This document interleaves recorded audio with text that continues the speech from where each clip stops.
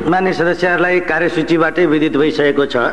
अब म मान्य मदन कुमार भण्डारीलाई टनकपुर बाँध परियोजनासँग सम्बन्धित सम्झौता दुवै सदनको संयुक्त बैठकको क्षेत्राधिकारको विषय भएकोले प्रतिनिधि सभामा छलफल नगरियोस् भनी प्रस्ताव प्रस्तुत गर्न अनुमति दिन्छु।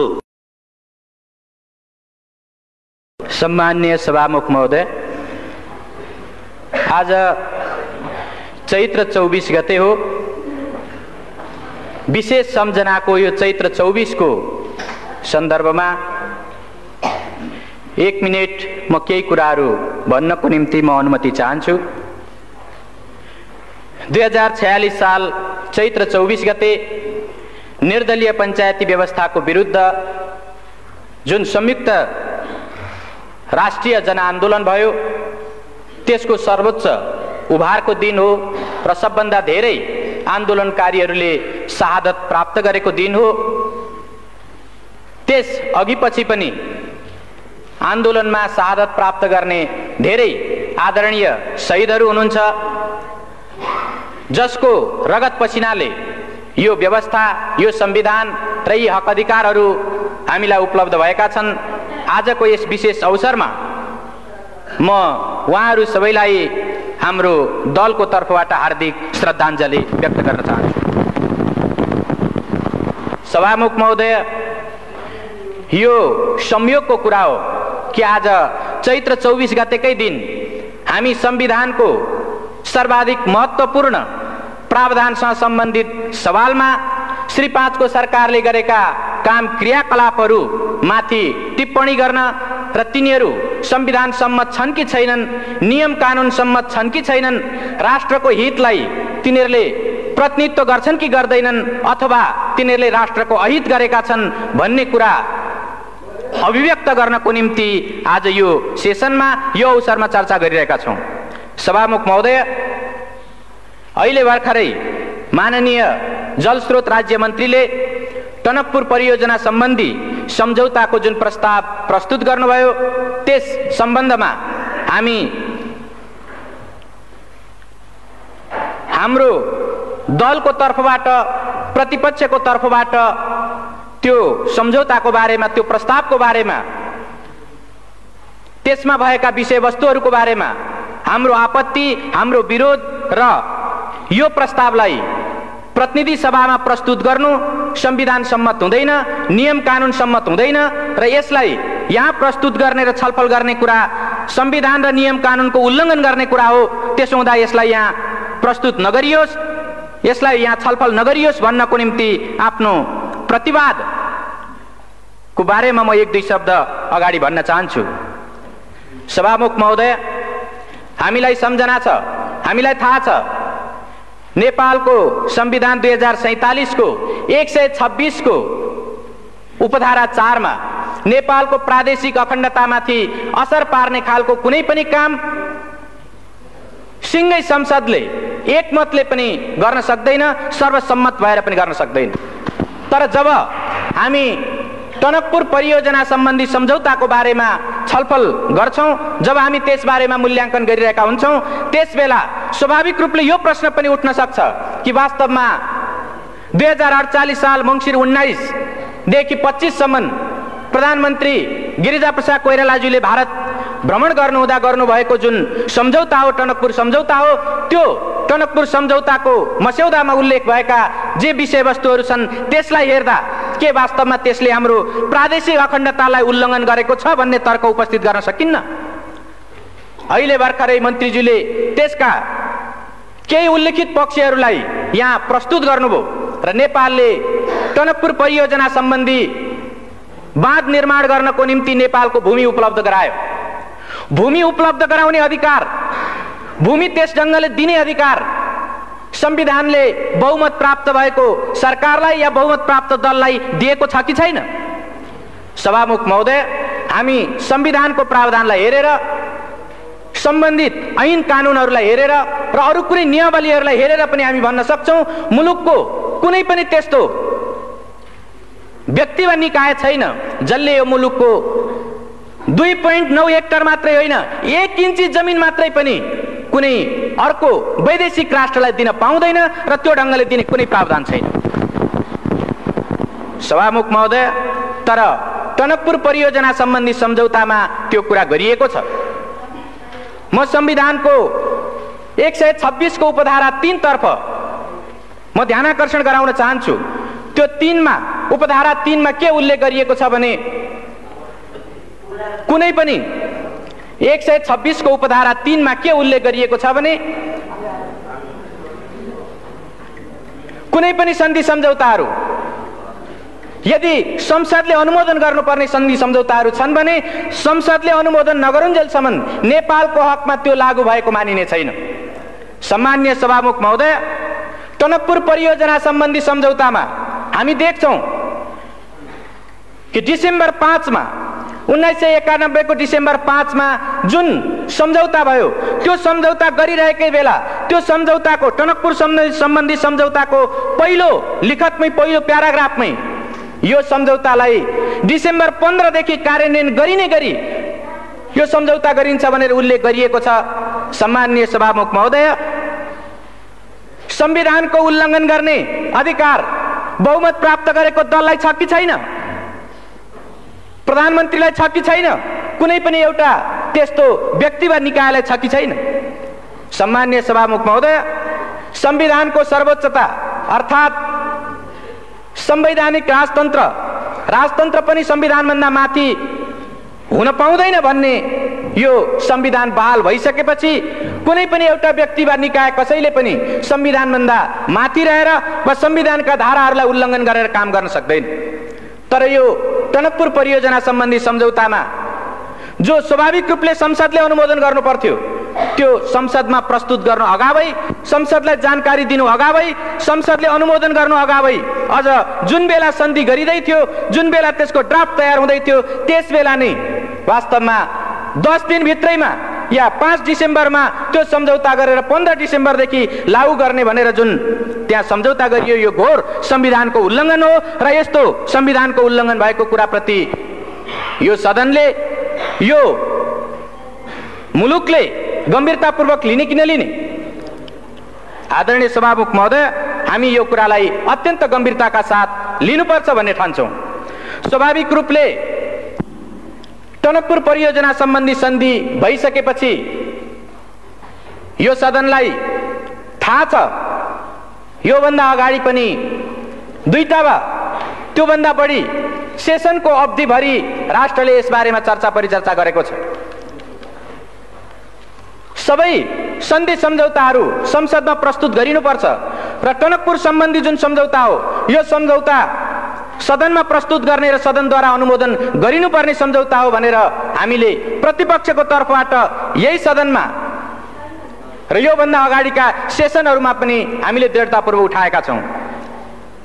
सभामुख महोदय, तर सत्ता पक्षबाट लगातार त्यो कुरालाई बेवास्ता गर्दै, लगातार त्यो कुरालाई अस्वीकार गर्दै यो कुनै सन्धि भएकै छैन, सन्धि भएकै होइन भनेर मुलुकलाई 1 वर्षसम्म लगातार गुमराहमा राख्ने, ढाँट्ने काम भयो। आदरणीय सभामुख महोदय, हामीलाई सम्झना छ त्यसबेला सरकारले टनकपुर सम्बन्धी सन्धि सम्झौताको सम्बन्धमा चर्चा गर्दा वास्तवमा टनकपुर परियोजनामा महाकाली नदीको जुन ठाउँमा टनकपुर परियोजना बनेको छ त्यो भारतीय नदी हो र त्यस ठाउँमा नेपालको अधिकार छैन भन्ने जिम्मेदार मन्त्रीहरूले, सत्तापक्षका जिम्मेदार माननीयहरूले त्यो कुरा राख्नु भएको थियो। त्यति मात्रै होइन, स्वाभाविक रूपले त्यसको जुन अभिन्न अङ्गको रूपमा रहेको बायाँ तटबन्ध हो त्यो बायाँ तटबन्धमा प्रयोग भएको नेपाली भूभाग त्यो टनकपुर परियोजनाको अभिन्न अङ्गको रूपमा होइन, त्यो त केवल नेपालतर्फ आउने बाढीलाई रोक्नको निम्ति मात्रै प्रयोग भएको भनेर बनाइएको भनेर श्री 5 को सरकारले उल्लेख गरेको थियो। त्यस ढङ्गले जिम्मेदार मन्त्रीहरूले राख्नु भएको थियो। सम्माननीय सभामुख महोदय, प्राकृतिक स्रोतको उपयोगको बाँडफाँड भएको छैन, त्यसबाट मुलुकको कुनै अहित भएको छैन, बरु भारतले शुभेच्छा स्वरूप पानी र बिजुली नेपाललाई प्रदान गरेको छ भन्ने यस किसिमले सत्तापक्षबाट जुन कुरा उल्लेख गरिएको थियो हामीलाई सम्झना छ। त्यो गलत हो। श्री 5 को सरकारले गरेका ती कुराहरू गलत छन्, जनतालाई गुमराहमा पार्ने खालका छन्, राष्ट्रको हितलाई हानि पुर्याउने खालका छन्, आघात पार्ने खालका छन्, संविधानलाई मिच्ने खालका छन् भनेर मुलुकले 1 वर्षसम्म लगातार सदनभित्र र बाहिर समेत चर्चा परिचर्चा चलायो र त्यसै सन्दर्भमा राष्ट्रको हितलाई, संविधानको मर्यादालाई र ऐन कानुनको मर्यादालाई पालन गर्नुपर्छ भन्ने सन्दर्भमा मुलुकले अभियान चलाउँदा धेरै होनहार नागरिकहरूको, धेरै त्यस्ता देशभक्तहरूको जीवन पनि गएको छ, धेरैले बलिदान पनि दिनु परेको छ। चाहे त्यो 48 साल चैत्र 24 गतेको घटनाको कुरा होस्, चाहे त्यो कावासोतीको भारतीय प्रधानमन्त्री नेपालमा आइरहेको बेला एउटा ज्ञापन पत्र दिनको निम्ति स्वयं टनकपुरको छेउबाट आएको जुन एउटा ज्ञापन पत्र दिने दल थियो, त्यो दलमाथि नवलपरासीको कावासोती भन्ने ठाउँमा जुन गोलीकाण्ड भयो, यस खालका घटनाहरूबाट मुलुकले धेरै आहत हुनु परेको छ। मुलुकमा यो टनकपुर परियोजना सम्बन्धी सवालमा, यसको प्रकृति निर्धारण गर्ने सवालमा सरकारले जनता र राष्ट्रलाई गुमराह गर्न खोजेको कुराको विरुद्ध देशभक्तहरूले आवाज उठाउँदाखेरि धेरै रगत बगाउनु परेको छ। हामी ती कुराहरूलाई बिर्सन सक्दैनौँ। स्वाभाविक रूपले टनकपुर परियोजना सम्बन्धी सम्झौता भएको 11 महिनापछि जब भारतका प्रधानमन्त्री नेपालको भ्रमणमा आउनुभयो, त्यसबेला केही स्पष्टीकरणहरू थपिए। म यहाँ यो सम्झना गर्नु वाञ्छनीय ठान्छु। त्यो के हो भने, जब भारतका प्रधानमन्त्री यहाँ आउनुभयो र नेपालको प्रधानमन्त्रीसँग जब वार्ता भयो, त्यसको विज्ञप्तिमा उल्लेख गरिएको छ कि त्यो टनकपुर बाँध परियोजनामा प्रयोग भएको जुन नेपाली भूमि छ, त्यो नेपाली भूमिको सार्वभौमिकता नेपालकै रहिरहनेछ, अर्थात् नेपालकै त्यो हुनेछ भन्ने कुरा स्पष्टीकरण थपियो। म यसबाट के प्रश्न उठाउन चाहन्छु भने, यदि त्यो 91 को डिसेम्बर 5 को जुन सम्झौताको जुन ड्राफ्ट हो, यदि त्यसबेला नै त्यो कुरा मानिएको भए, त्यो कुरा भएको भए पछि किन स्पष्टीकरण थप्नु पर्थ्यो? अनि जब नेपालको कुनै भूभागको बारेमा अर्को कुनै राष्ट्रको एउटा जिम्मेदार व्यक्तिले आएर यसको सार्वभौमिकता तपाईकै हातमा छ भनेर नभनिदिउन्जेलसम्म सरकारले बोल्न नसक्ने वा त्यस्तो भन्न नसक्ने, मान्न नसक्ने यो जुन स्थिति देखा पर्यो, के यो एउटा बहुत दुःखदायी, बहुत एउटा हानिकारक खालको कुरा होइन र? मैले यसबाट के प्रश्नतर्फ ध्यानाकर्षण गर्न खोजेको हुँ भने, जसरी माननीय मन्त्रीहरू या सत्ता पक्षका माननीयहरू 2.9 हेक्टर जमिन र त्यो जलमग्न हुने क्षेत्रको जुन नेपाली भूभाग थियो, त्यो जमिनको बारेमा हामीले प्रश्न उठाउँदा, प्रतिपक्षको तर्फबाट प्रश्न उठाउँदा त्यसको सार्वभौमिकता नेपालमै रहेको कुराको ग्यारेन्टी सन्धिमा गरिएको छ भनेर उहाँहरूले देखाउन सक्नु भएको थिएन र उहाँले त्यो ढङ्गले हाम्रा सवालहरूको जवाब दिन सक्नु भएको थिएन।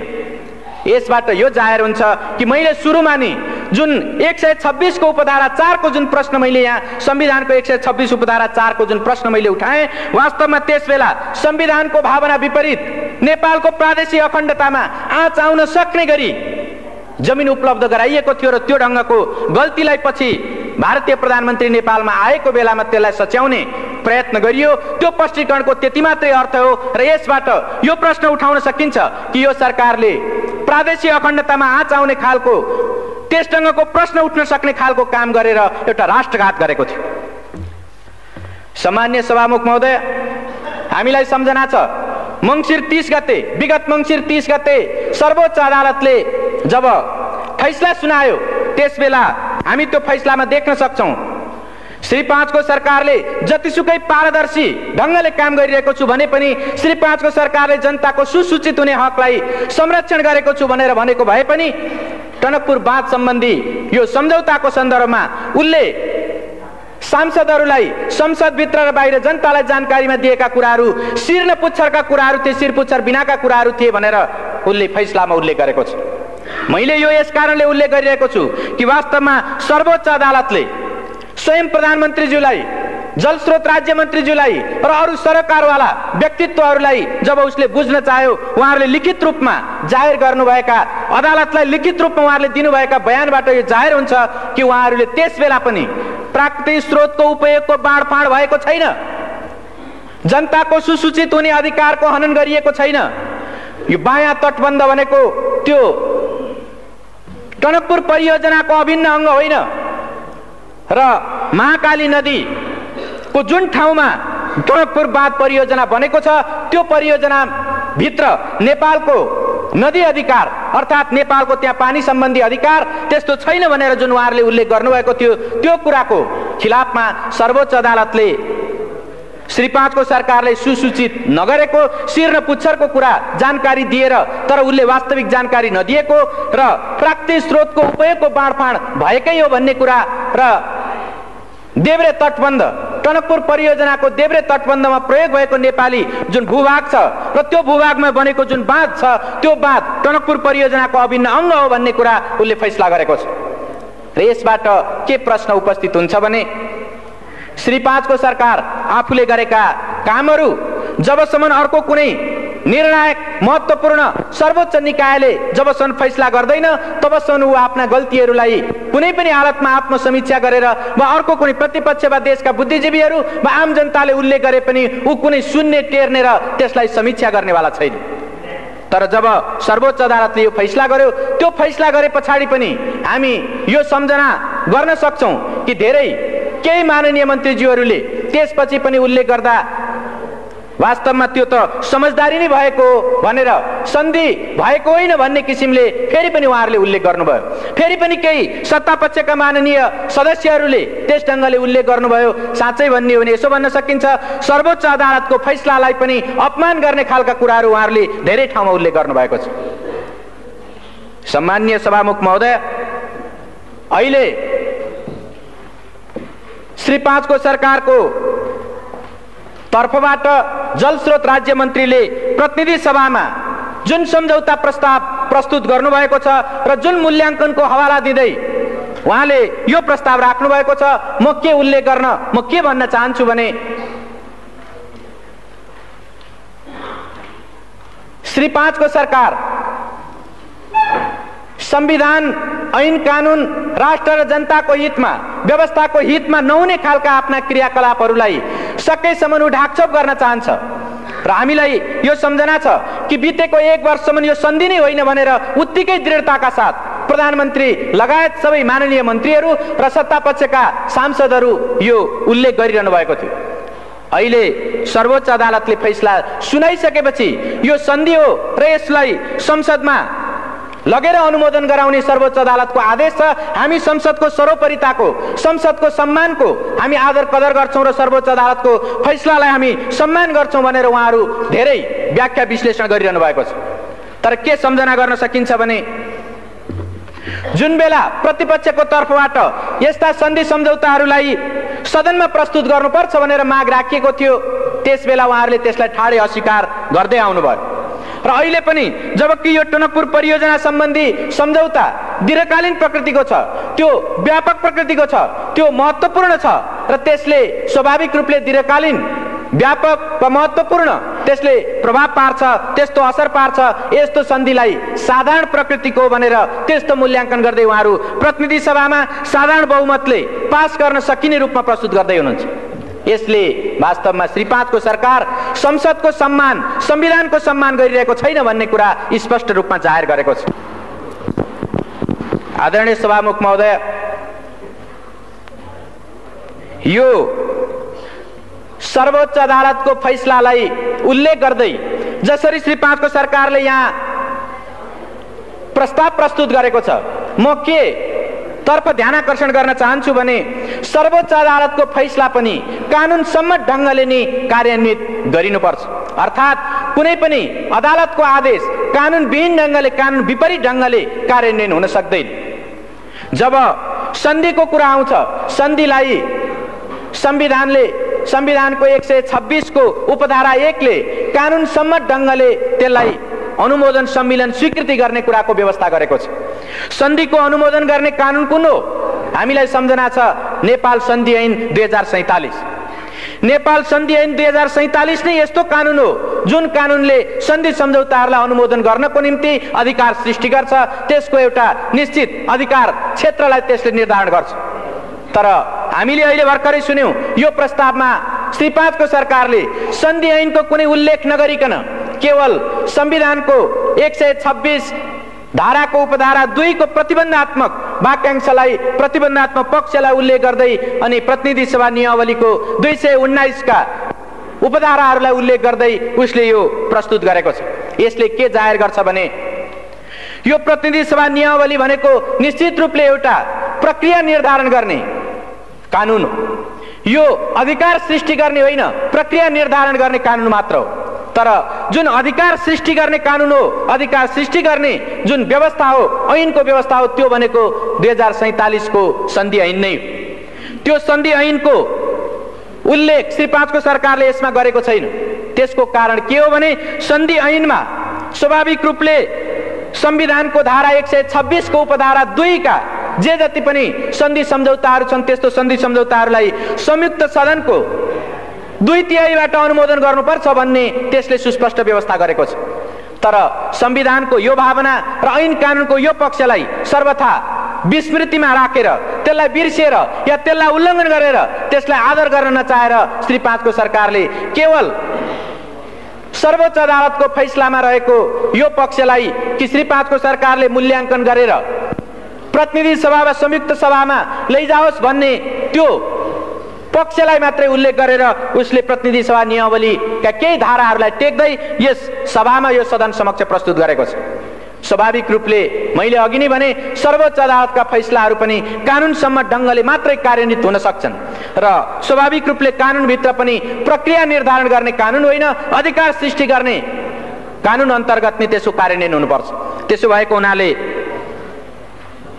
सरकारको यो सन्धि प्रस्तावमा जुन कानुनलाई टेकेर, जुन धारा उपधाराहरूलाई टेकेर यो प्रस्तुत गरिएको छ त्यो स्वाभाविक रूपमा कानुन विपरीत छ। सरोकारवाला विषयमा त्यो कानुन सम्मत छैन। सम्मान्य सभामुख महोदय, त यो परिस्थितिमा हामी के भन्न सक्छौं भने श्री 5 को सरकारले एक खालको पूर्वधारणा बनाएर त्यस अनुरूप मूल्याङ्कन गर्ने कुरा या त्यस अनुरूप आफ्ना धारणाहरू निश्चित गर्ने र त्यस ढङ्गले कार्यान्वयन गर्ने कुरा उल्लेख गर्दै आएको छ। चाहे त्यो अघिल्लो बेलाको यो केवल समझदारी मात्र हो भन्ने विषय होस् या यो पछिल्लो बेलामा अहिले त्यो साधारण प्रकृतिको सन्धि हो भन्ने विषय किन नहोस्, दुवै बेलामा उसले एउटा पूर्वधारणा बनाएर आफूलाई जसो गर्दा सजिलो हुन्छ त्यो ढङ्गले मात्रै जाने, तर संविधान र ऐन कानुनको अक्षर र भावनालाई पालन गर्ने कुरा हो भने अस्वीकार गर्ने वा त्यसबाट बचेर जाने वा त्यसलाई संविधान ऐन कानुनका सरोकारवाला पक्षलाई कुनामा पारेर जाने, कर्नरमा पारेर जाने खालको कुरा उल्लेख गरेको छ। त्यसो भएको हुनाले जसरी अहिले श्री 5 को सरकारको यो मूल्याङ्कनभित्र साधारण प्रकृतिको भनेर यसमा प्रस्तावमा उल्लेख गरिएको छ र यो सदनमा प्रस्तुत गरिएको छ, हामीलाई यो सम्झना छ या हामी यो बारेमा वाकिफ छौं, जानकार हुन सक्छौं कि संविधानको 126 को उपधारा 2 भनेको स्वाभाविक रूपले जुन निश्चित सन्धि सम्झौताहरूलाई संयुक्त सदनको 2/3 समर्थन गर्नुपर्छ, 2/3 अनुमोदन गर्नुपर्छ भनेर उल्लेख गरेको छ। संविधानको मूल भावना त्यही हो। त्यसो भएको हुनाले त्यसभित्र जुन प्रतिबन्धात्मक पक्ष छ, प्रतिबन्धात्मक अंश छ, त्यसको निम्ति यो साधारण प्रकृतिको, यो अल्पकालीन हो, यो दूरगामी प्रभाव पार्ने होइन, यो त्यस्तो महत्त्वपूर्ण होइन भन्ने त्यसको विशेष स्थिति सरकारले पुष्टि गर्न सक्नुपर्छ। सरकारले त्यस्ता प्रमाणहरू प्रस्तुत गर्न सक्नुपर्छ। तर हामी सिङ्गो त्यो मूल्याङ्कन प्रस्तावलाई अध्ययन गर्दा सरकारले त्यो खालका कुनै तथ्यहरू प्रस्तुत गरेको हामी पाउँदैनौँ, उसले प्रस्तुत गर्न सकेको छैन। प्रश्न उठ्न सक्छ, यो टनकपुर सन्धि, टनकपुर जलविद्युत परियोजना सम्बन्धी जुन सन्धि सम्झौता हो यो अल्पकालीन हो कि दीर्घकालीन हो? निश्चित रूपले यो एउटा सापेक्ष कुरा हो। सर्वोच्च अदालतले पनि भनेको छ यो एउटा सापेक्ष कुरा हो। तर सापेक्षताकै अर्थमा लिँदा पनि यसको व्याख्या कसरी गर्ने, अल्पकालीनता र दीर्घकालीनताको व्याख्या कसरी गर्ने? म के प्रश्न उठाउन चाहन्छु भने एउटा संसद 5 वर्षको हुन्छ, सामान्यतया विशेष स्थिति आएन भने त्यो 5 वर्षको हुन्छ। यदि 6 वर्षको निम्ति कुनै सन्धि हुन्छ भने त्यो अल्पकालीन हो कि दीर्घकालीन हो? एउटा संसदबाट अर्को संसदमा ट्रान्सफर हुने त्यस खालको सन्धि हुन्छ भने, 5 वर्षभन्दा बढ्ताको सन्धि हुन्छ भने त्यसलाई दीर्घकालीन भन्न सकिन्छ कि सकिँदैन? सभामुख महोदय, नेपालीहरूको आयु, औसत आयु 52 वर्ष छ। 52 वर्षसम्म, 50-52 वर्षसम्म कायम हुने सन्धि हो भने त्यो अल्पकालीन हो कि दीर्घकालीन हो?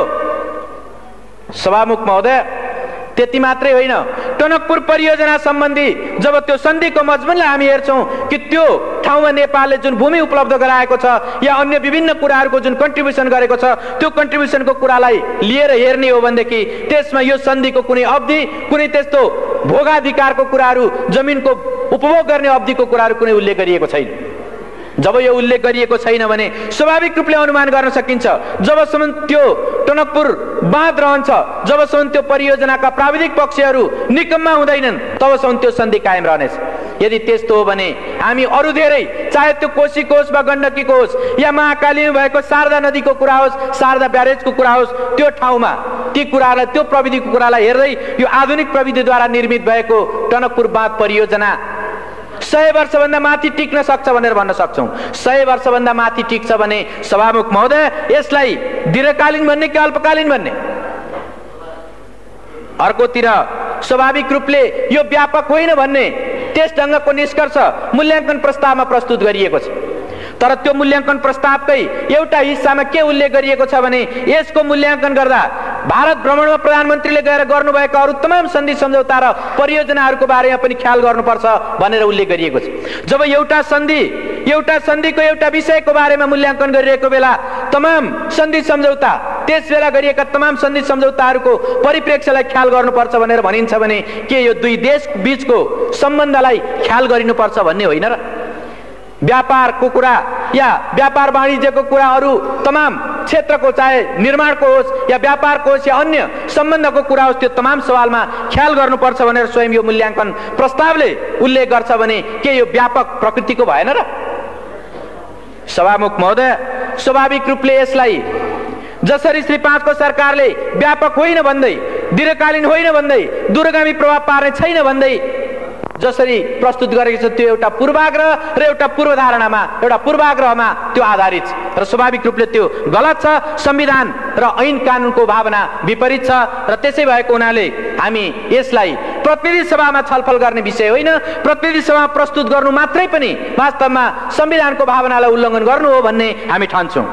सभामुख महोदय, यसको अर्को पक्ष पनि छ। अर्को पक्ष के छ भने नेपालमा सामान्यतया भन्दै आइएको छ, हर कसैले भनिरहेको छ कि नेपालको सम्पत्ति भनेको जलस्रोत हो र यो जलविद्युत सम्बन्धी नेपालको जुन स्रोत हो वा जुन शक्ति हो त्यो 83,000 मेगावाट विद्युत क्षमताको छ। यो 83,000 मेगावाट विद्युत क्षमता भएको जलस्रोतको परिचालन गर्नको निम्ति कस्तो मेकानिजम, कस्तो खालको मेथड, कस्तो खालको तौर तरिका र कस्तो नीति अवलम्बन गर्ने हो भन्ने कुरा पनि यसबाट स्वाभाविक रूपले उपस्थित हुन्छ र यो टनकपुर सम्बन्धी जुन सन्धि भएको छ, यो सन्धिले स्वाभाविक रूपले भविष्यको निम्ति एउटा प्रेसिडेन्स, भविष्यको निम्ति एउटा नजिर पनि स्थापित गर्छ। जब यसको समयावधिको कुरा, यसले नेपाल र भारतको बीचमा भइरहेका तमाम सन्धि सम्झौताहरू र दुई मुलुकको बीचको सम्बन्धको कुरा र यसले नेपालकै अरू प्राकृतिक स्रोत सम्पदाहरूलाई भविष्यसम्म उपयोग गर्ने कुराको, भविष्यसम्म प्रयोग गर्ने कुराको नजिर स्थापित गर्छ भने यसलाई कसरी अल्पकालीन, कम महत्त्वपूर्ण र त्यसलाई साधारण खालको भनेर कसरी भन्न सकिन्छ? त्यसो भएको हुनाले श्री 5 को सरकारले प्रस्तुत गरेको यो मूल्याङ्कन निश्चित रूपमा त्यो संविधान र ऐन कानुन विपरीत छ, राष्ट्रको हितलाई हानि पुर्याउने खालको छ र संविधानलाई उल्लङ्घन गर्ने खालको छ। त्यसो भएको हुनाले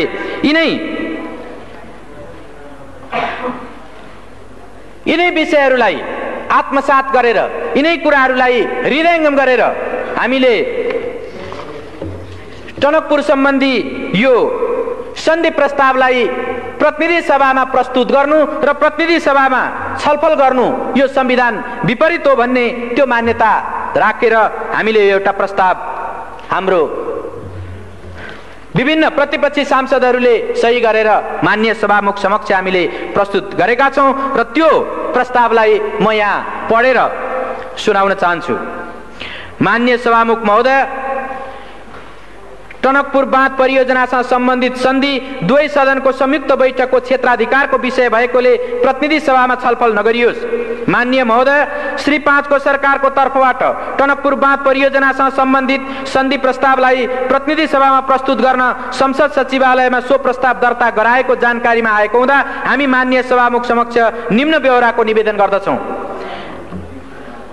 नेपाल अधिराज्यको संविधान 2047 को धारा 126 को उपधारा 2 ले नेपालको प्राकृतिक सम्पदाको उपयोग र त्यसको बाँडफाँड सम्बन्धी सम्झौता संसदको दुवै सदनको संयुक्त बैठकमा उपस्थित सदस्यहरूको 2/3 बहुमतबाट अनुमोदन गराउनु पर्ने व्यवस्था गरेको छ।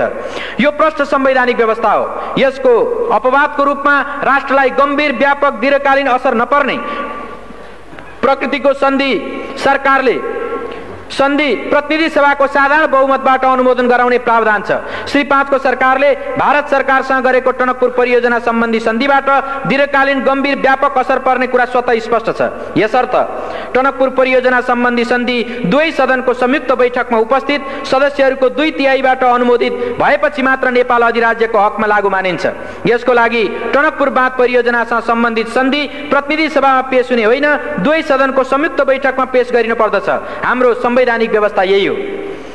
हाल बहालमा रहेको नेपाल सन्धि ऐन 2047 को दफा 4 ले संविधानको धारा 126 को उपधारा 2 बाहेकका सन्धि मात्र प्रतिनिधि सभामा पेश गर्न सकिने व्यवस्था गरेको छ र श्री सर्वोच्च अदालतबाट 2049 मङ्सिर 30 गतेको फैसलामा टनकपुर बाँध परियोजनासँग सम्बन्धित सन्धि प्रष्ट उल्लेख भएको छ। यसबाट पनि टनकपुर बाँध परियोजनासँग सम्बन्धित सन्धि प्रतिनिधि सभामा पेश हुने होइन, दुवै सदनको संयुक्त बैठकमा पेश हुने सन्धि हो भन्ने प्रष्ट हुन्छ। प्रतिनिधि सभा नियमावली 2048 को दफा 72 ले संवैधानिक व्यवस्था विपरीत कुनै पनि प्रस्ताव प्रतिनिधि सभामा छलफलको लागि ग्राह्य नहुने व्यवस्था गरेको छ। टनकपुर परियोजना सम्बन्धी सन्धि प्रस्ताव प्रतिनिधि सभामा छलफलको लागि प्रस्तुत हुन संविधानको धारा 126(2) र सन्धि ऐनको दफा 4 र 5 को विपरीत हुने हुँदा प्रतिनिधि सभा नियमावलीको दफा 72 बमोजिम यस्तो प्रस्तावलाई प्रतिनिधि सभाको कार्यसूचीमा राखी छलफल गर्न मिल्दैन। टनकपुर परियोजना सम्बन्धी सन्धि प्रस्ताव प्रतिनिधि सभाको कार्यसूचीमा राखी छलफल गरियोस् भनी श्री 5 को सरकारले संसद सचिवालयमा दर्ता गराएको प्रस्तावमाथि उल्लेखित प्रकारले संविधान र कानून संगत नभएको हुँदा यो प्रस्ताव खारेज गरियोस् भनी माननीय सभामुख समक्ष सादर अनुरोध गर्दछौं। साथै टनकपुर परियोजना सम्बन्धी सन्धि प्रस्तावमाथि छलफल गर्न र निर्णय गर्न संविधानको धारा 126(2) र सन्धि ऐन 2047 को दफा 5 बमोजिम दुवै सदनहरूको संयुक्त बैठक बोलाउन माननीय सभामुख महोदयसँग अनुरोध गर्दछौं। सदनको संयुक्त बैठक र संयुक्त समितिको नियमावली 2048 को दफा 18 ले श्री 5 को सरकारले सन्धि सम्झौताहरू संयुक्त बैठकमा प्रस्तुत गर्न चाहेमा सोको व्यवस्था गरेको छ। तर श्री 5 को सरकारले नचाहँदा संसदको आफ्नै पहलमा दुवै सदनको संयुक्त बैठक बोलाउने बारे कुनै दफामा प्रष्ट उल्लेख भएको पाइँदैन। संविधानको धारा 126(2) ले दुवै सदनको संयुक्त बैठकको व्यवस्था गरेको छ। श्री सर्वोच्च अदालतको फैसलाबाट टनकपुर परियोजना सम्बन्धी सन्धि संविधानको धारा 126(2) अन्तर्गतको हो भनी ठहर भएको छ। संसदको संयुक्त बैठक र संयुक्त समिति कार्य सञ्चालन नियमावली 2048 को दफा 35 ले माननीय सभामुखलाई बाधा अड्काउ फुकाउने अधिकार प्रदान गरेको छ। संवैधानिक व्यवस्था लागू गराउन र टनकपुर परियोजना सम्बन्धी सन्धि प्रस्तावमाथि छलफल गर्न संसदको संयुक्त बैठक र संयुक्त समिति कार्य सञ्चालन नियमावली 2048 को दफा 35 प्रयोग गरी दुवै सदनको संयुक्त बैठक अविलम्ब बोलाइयोस् र श्री 5 को सरकारद्वारा प्रस्तुत गरिएको सन्धि सम्बन्धी यस प्रस्तावलाई प्रतिनिधि सभामा छलफल नगराइयोस् भनी हार्दिक अनुरोध गर्दछौं। धन्यवाद।